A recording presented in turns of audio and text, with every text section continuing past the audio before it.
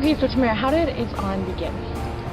Well, I guess we were talking about wanting to do some more video stuff, and we thought it'd be really good to do some short videos to be able to work through it quicker and just kind of give each other feedback and stuff. Originally the plan was to just do the videos, try to improve with our cinematography, and we were going to show it to family, basically just show it to the family at the end of the week and let them vote on it.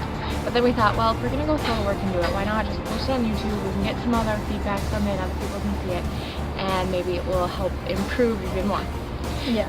So that was originally the one. I think when we first decided to do it, we were kind of thinking more, at least for me, because I'm more into the photography, the lighting, that kind of stuff, that it was more like we're going to pick an object and we're just going to film that object and see what kind of cool angles we can do, what kind of cool lighting, and that was kind of my plan, which you can kind of tell from the first two videos with the metal. Well, that's what we were wanting to develop and learn more, is Yeah. do camera angles and lighting and stuff. That was kind of the plan of what we're going to do, so that you can see that more with the metal and the bubble one.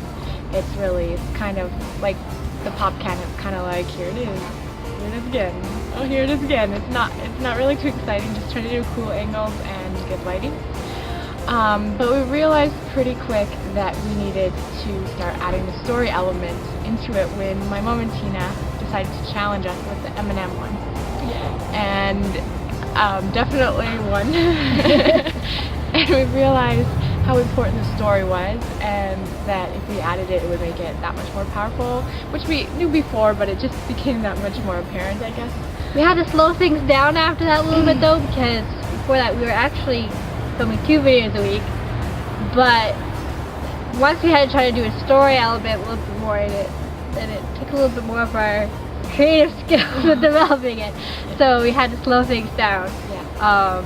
And started doing more, just 1 video a week. So because we were doing these competitions, we wanted them to be a surprise, and the other person couldn't know what we were filming, lest they steal our idea. wait until they're all done and then show the whole family. And then show the whole family all Yeah. together. And so when it became a little bit of a challenge at first, because we were talking about doing this, we were both really excited about starting the videoing, and so we both were filming at the same time. This is our bubble one. Jill goes right in the middle of the kitchen and she goes, Tamara, you can't look. I'm going, Jill, how can I not look? And that was funny because actually for our bubble one, our ideas were very similar. But we were trying to be really sneaky at the time, so we kept sneaking back and forth, and I went to go get the vinegar, and there wasn't any vinegar, and so I was asking Mom and Jess where the vinegar was, and I'm like, I don't know, are we out of it? Only to find a few minutes later, I came through the kitchen again, and Dennis was sneaking away with the vinegar, and Tamara was using it. Actually, Tamara filmed the bubble one first outside, and so before she did the metal one, and so she saw my bubble one, and she asked if she could use my studio then, because that's where I was using just white and black backdrops in my studio.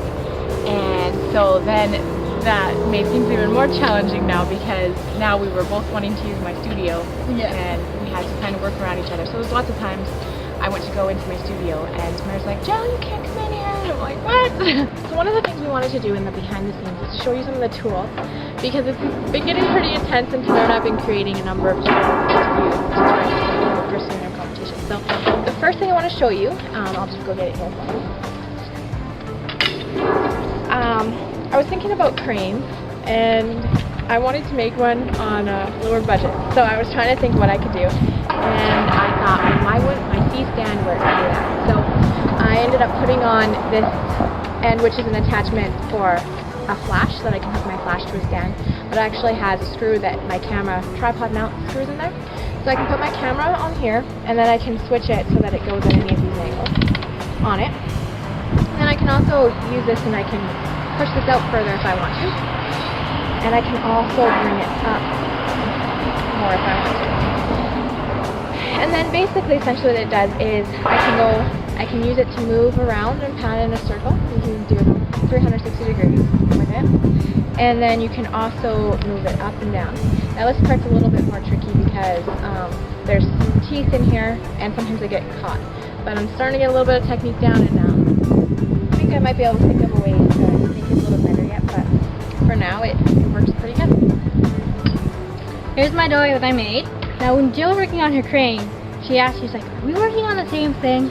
Because we didn't know what each other was making. And I'm like, no, Jill, we're not making the same thing. I know you wouldn't make this because she doesn't have any Kinects and her camera won't work as well as Kinect. So, but anyways, the wheels go from side to side. I can take these off and put them in the front and back so that they can go forward and backwards. It has 5 different settings that I can actually put my camera at for angles. So I can snap this off. I can snap it on and it can go at an angle forward. I can do about that same angle going so that it'll be facing up. I can also take off this whole top platform thing I made, and I can put the camera face down on the base. That's what I did with my M&M when I used my dolly quite a bit. And I took out this bottom piece and I put my lens through there, and so I could go right over top of all the M&M. So I had a lot of fun with it. Okay, when Samara showed me her camera doll, I was quite jealous of it, and so I thought I needed to make one of my own. But I had to be creative with it because I couldn't use the same thing she did. So what I ended up doing is my dad sent me some videos to look for tabletop dollies, and then I went on YouTube and was looking for some different ones, and this is what I came up with. Basically, it's skateboard parts, and then I got a few pieces from Home Hardware. So I had fun trying to find my way around the hardware store. Had somebody help me to find the right screw that could fit my tripod mount. My camera just screws right onto here on the tripod mount. And then he asked if he could help with anything else, and I wasn't quite sure what I was looking for, but I knew I would know it when I saw it. So I ended up finding this piece here to connect the two that I could put it on. Now I'd like to get a tripod mount eventually I could put on here, and it would be more flexible with being able to move my camera around and stuff. But for now this works pretty good, and I can keep it, I can go sideways, put it on this way so that it's going this way, or you can turn it and go forward so the camera's up here and go. And I can also turn the wheels, and I can do like a circle around something as well. So I'm pretty excited. This is the best thing so far. Yeah. But one thing is, I just gotta pipe in. Her wheels are smoother than mine, which that's one thing that's nicer, and it can also go in circles better. But I could use her dolly if I really needed to too. My camera can work with either, or hers can work with hers. So my own was fine, yeah. But that's okay because mine's pretty cool. So another thing that I wanted to make is I was going through a book on how to light on a budget for digital filming, and basically it goes through different techniques of lighting, and then it tells you how to build different lighting equipment on a budget. And so I decided I really want to make this one, and it is a dimmer switch for continuous light. And so you basically I got an extension cord, and then this box and the dimmer switch and everything, and then I wired it all up and I plugged it in, and it worked the first time. So I was pretty excited because it's my first thing I've ever wired, but I was excited when it worked. And one of the things that we realized partway through is the importance of teamwork, and in this one Mom and Tina kind of demonstrated us with challenging us. They showed us not only we need the story, but teamwork is also really important. When we first started out, it was very much like me against Tamara. We're doing these videos, it's us battling. We can't really brainstorm with the rest of the family and get ideas. We probably would occasionally to help her with something, but a lot of the time we try to do it all ourselves. So there's sometimes where I'm trying to do something in my shot as well as move my camera at the same time.